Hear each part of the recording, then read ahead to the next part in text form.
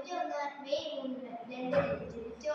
ചെറിയ പ്രായം മുതലേ കാർലോ വിശ്വസനീയമായ അറിവും ആരാധനാപരമായ ആചാരങ്ങളിലും വലിയ താല്പര്യം കാണിച്ചു. ജിമ്മികാര്യത്തിൽ വലിയ ഭക്തിയുള്ള കാർലോ പ്രദക്ഷിണങ്ങളിലും ആരാധനകളിലും പങ്കെടുത്തു. ചെറിയ പ്രായം മുതലേ Carlo computer programming, web design എന്നിവയിൽ നിപുണനായി. ദിവ്യകാരുണ്യ അത്ഭുതങ്ങളെ സംബന്ധിച്ച് ഒരു വെബ്സൈറ്റ് രൂപകൽപ്പന ചെയ്തു ലോകമെമ്പാടും പ്രസിദ്ധമാക്കി. 2006 ഒക്ടോബർ കാർലോയ്ക്ക് 15 വയസ്സുള്ളപ്പോൾ അപ്രതീക്ഷിതമായ രക്താർബുദം സ്ഥിരീകരിച്ചു.